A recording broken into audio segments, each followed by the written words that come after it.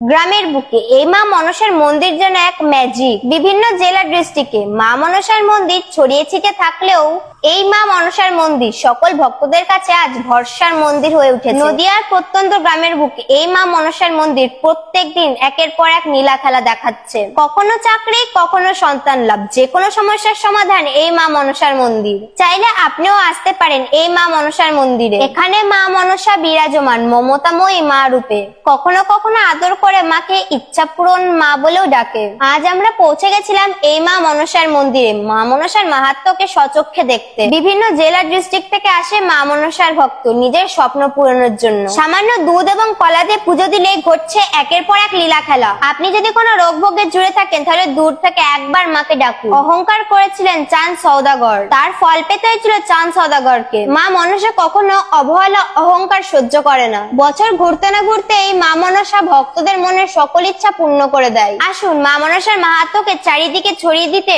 মা মনসার নাম করে ভিডিওটি প্রচুর শেয়ার করি।